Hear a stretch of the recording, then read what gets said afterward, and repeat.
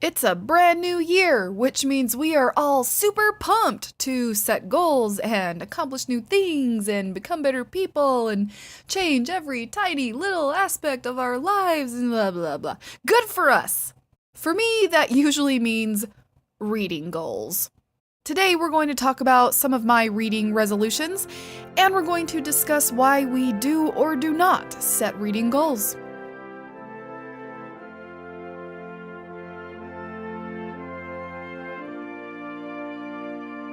Kim here, welcome to me and my books.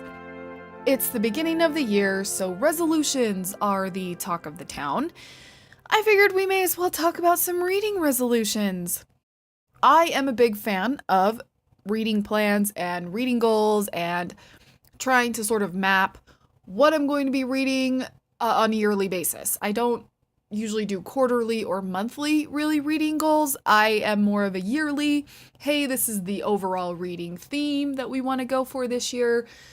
This is how I want to take my bookish life to the next level. Every year I go and I sit down and map out kind of how I want to approach reading this year. And we're going to get into all of my specific reading goals a little later. But first of all, I kind of just wanted to ask you, do you make reading resolutions? Do you set goals for yourself in terms of what you're going to be reading or how much you're going to be reading and how you're going to be reading in general? Like I said, I'm a big fan of setting reading goals for some very specific reasons. First of all, I'm a writer, so reading is a really big part of being that. It's important to be reading if you're writing. That's how you become a better writer. And one of my reading goals last year was to treat reading like it's my job, because it is my job. And I just wasn't prioritizing it enough. I realized that and I needed to change. And I really improved dramatically in terms of making reading a priority over 2017. I'm quite impressed, if I do say so myself. Trying not to break my arm patting myself on the back. But I read a lot and I read some good stuff and I stuck with my goals pretty well last year and yay, super duper. But I am a writer and it's important for me to be reading. So one of the ways to keep me reading and to keep me reading the way I need to be reading is to set goals and to make a plan. It's just that's just how you make that happen. Another reason I am a big fan of the reading resolutions / reading goals is because it helps keep me motivated. I really find that when I have a direction of what I'm reading in terms of genre and things like that, it's easier for me to pick up a book. If I'm not really feeling like reading, it's a lot easier to force it upon myself when I'm not in the best of moods if I don't have to sit there and make the decision of what to read. So if I'm like, okay, this year I'm reading science fiction, I have a pile of science fiction books, it's a lot easier to pick one up than to sit there and go, I should read, but I don't know what I want to read. So now not only do I have to put energy into reading, I also have to put a crap ton of energy into choosing what to read, which is really overwhelming sometimes when you're lazy. I feel like having goals and a plan erases that extra step that I have to take and makes it a little easier to actually read. Along the lines of motivation, I also think that having some reading plans keeps reading slumps away. I only had one reading slump last year, and it wasn't until the very end of the year when I got really busy and things were happening, and so it was more like November that I really didn't read anything. But until then, I was pretty set. I kind of knew where I was going. I knew what was going to be next. I knew what I wanted to look into to read because I had direction and because I kind of had this little map to follow of what I wanted to read and it just made it easier for me to not get in that reading slump of, oh, I don't know what to read and I have a book hangover and I'm just not really sure where to go from here. I had the plan, so that didn't happen because I knew what was next on the docket. And it's not like I set a huge yearly TBR. It's not like I know exactly what I'm going to read for the entire year and everything's perfectly picked out or anything like that. I just have more of a direction on what to choose from. It's just less overwhelming, so it helps keep the slumps away because you're not looking at every book ever written and trying to pick one.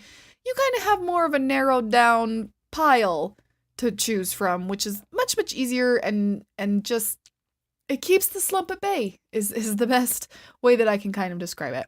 I guess my last reason for setting reading goals is the fact that it makes me a better reader and, in effect, a better person. Because I feel like we can all agree that reading makes you a better human being. I'll advocate for that until the day I die because I just fully believe that. I think that reading opens up your mind a little bit, can teach you things, can help you see the world better and all that jazz. So I am a big fan of the reading resolutions because it helps me to become a better reader. Mostly because I usually choose sort of goals that are a little bit of a challenge. I mean, I'm not like setting these huge, lofty, like read 500 books about the American Revolution sort of goals. It's more of like reading things outside my comfort zone or reading more of a genre that I don't normally reach for, and just some goals that push me a little bit to help me become a better reader and that help broaden my horizons and open my eyes a little more and just making me a better person all the way around. So I think that's one of the main reasons I like to set reading goals, is because it helps me become a better reader and, like I said, a better human being. On the flip side, I totally 100% understand why people would not want to set reading goals.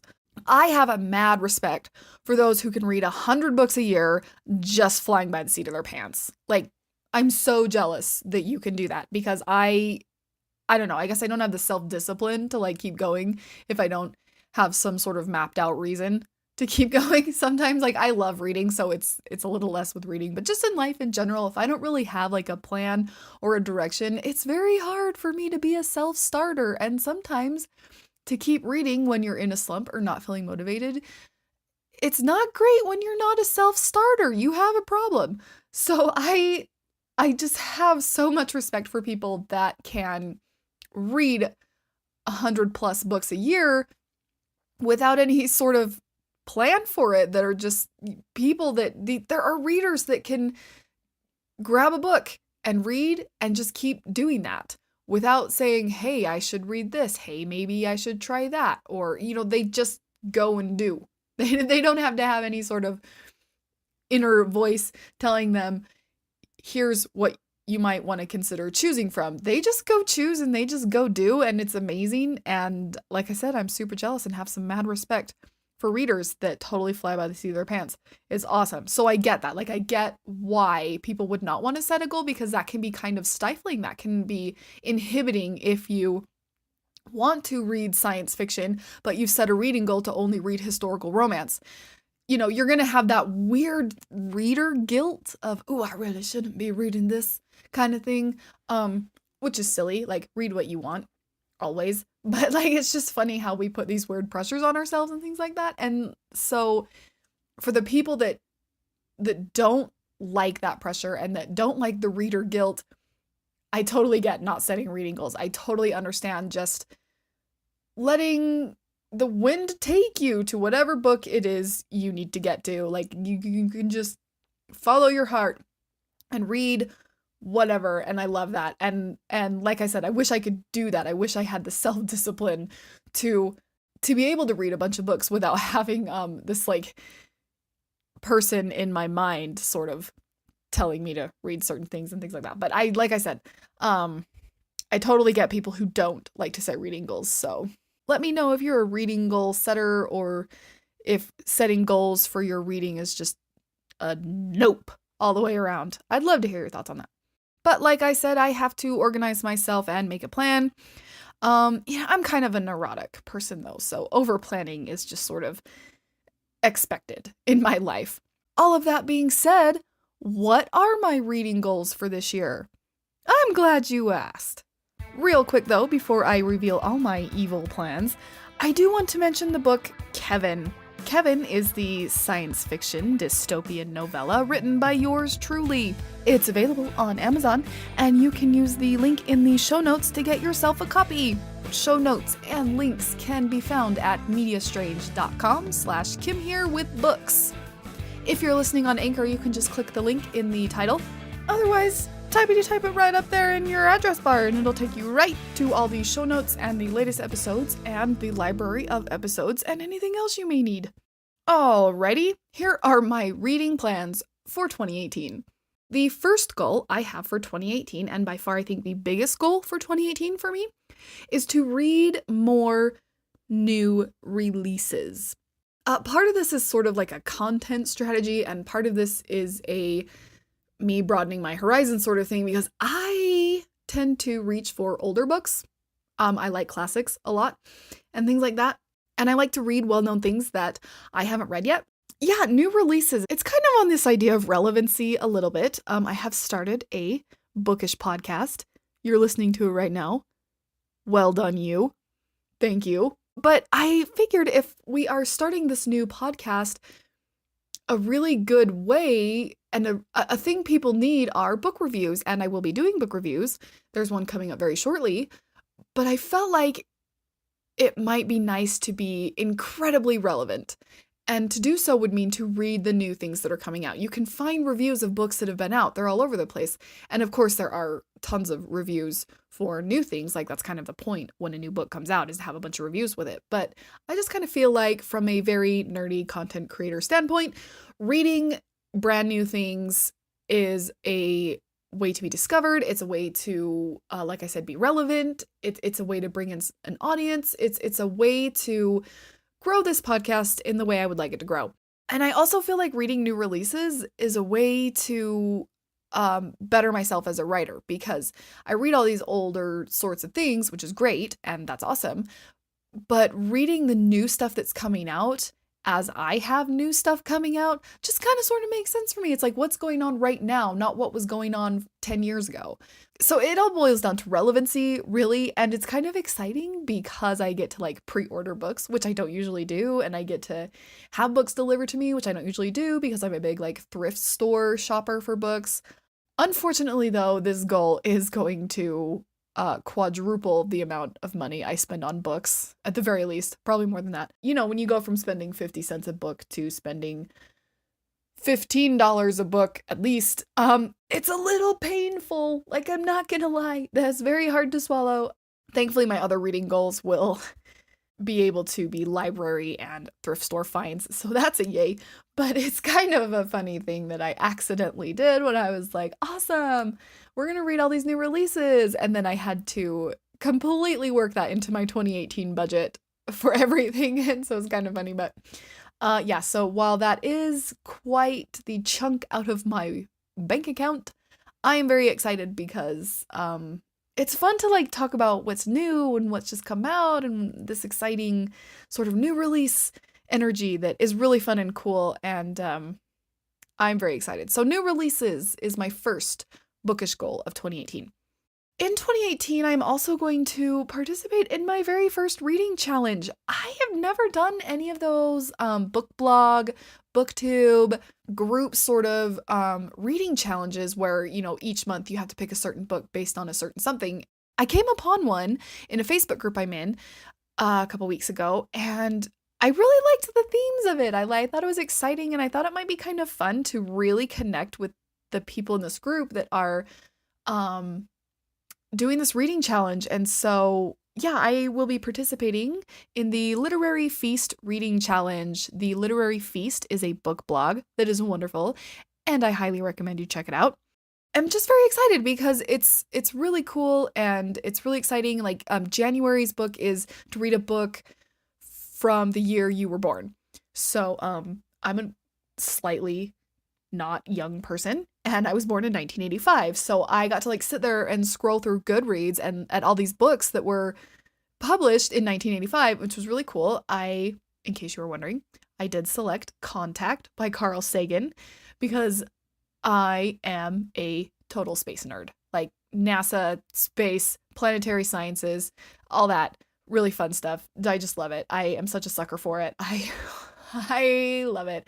I have watched Cosmos, the series, more than once on Netflix, and I'm just a big fan of outer space. Okay.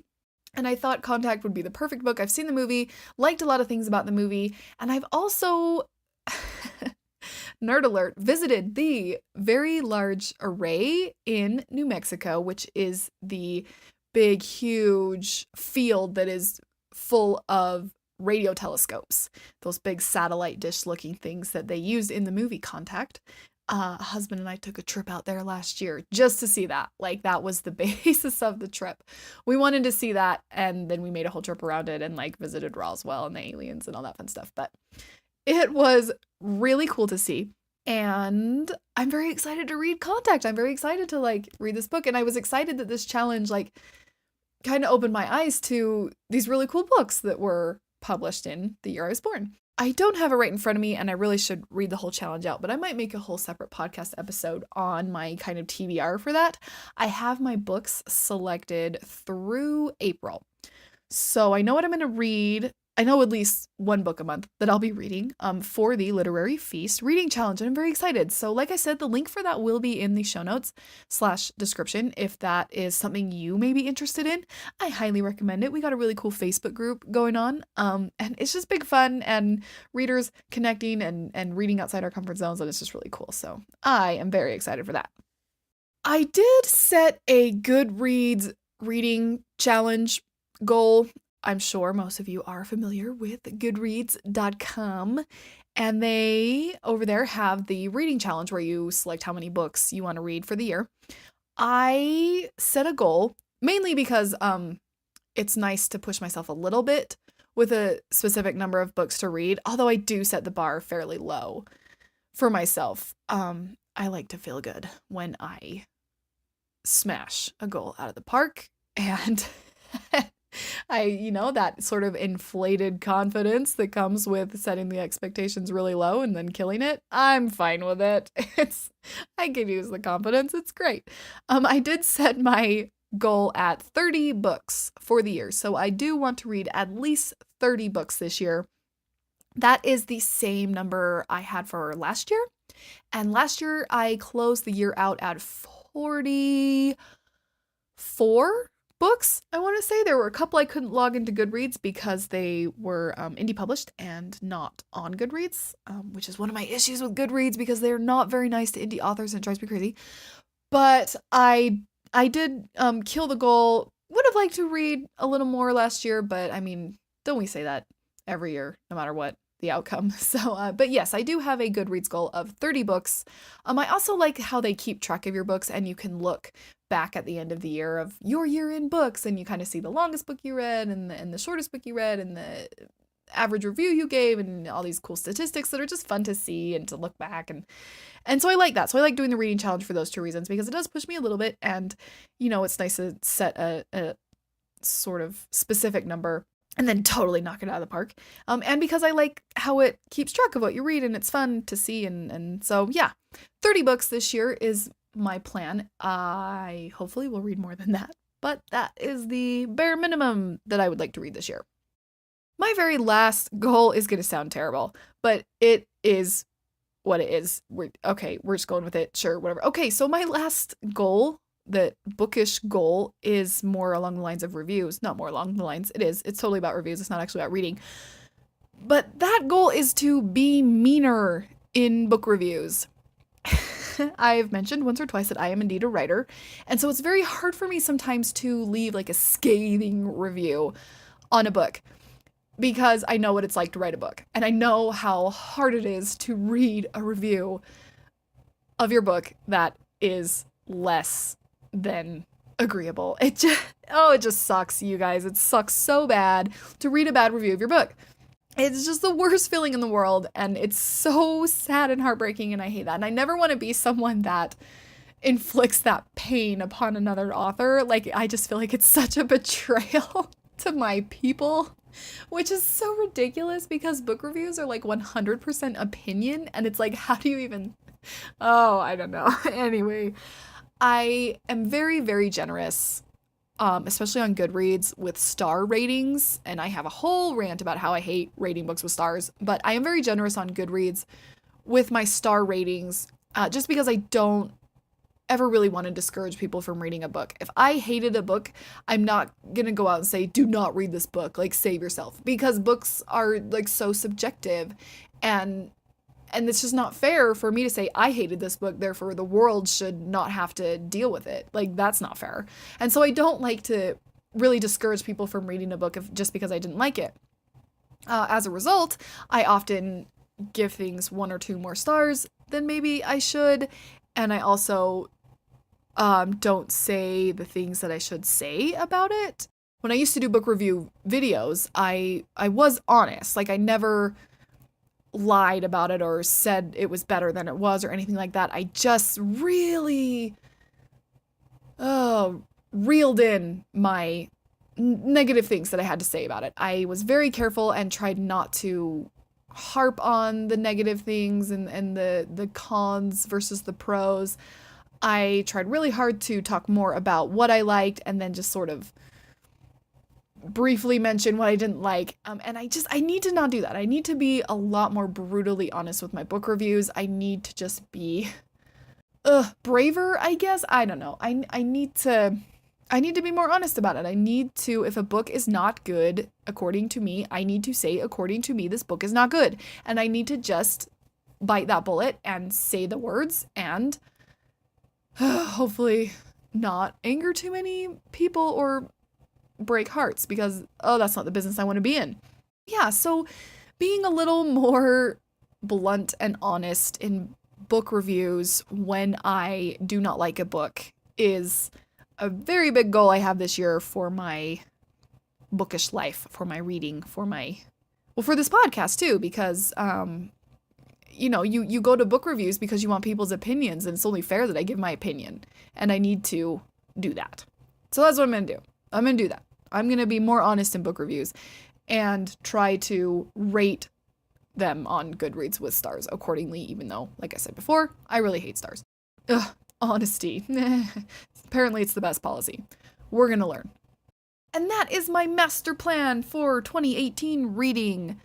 My first book review will be up very shortly, so please be watching for that. It will be a review of The Cruel Prince by Holly Black.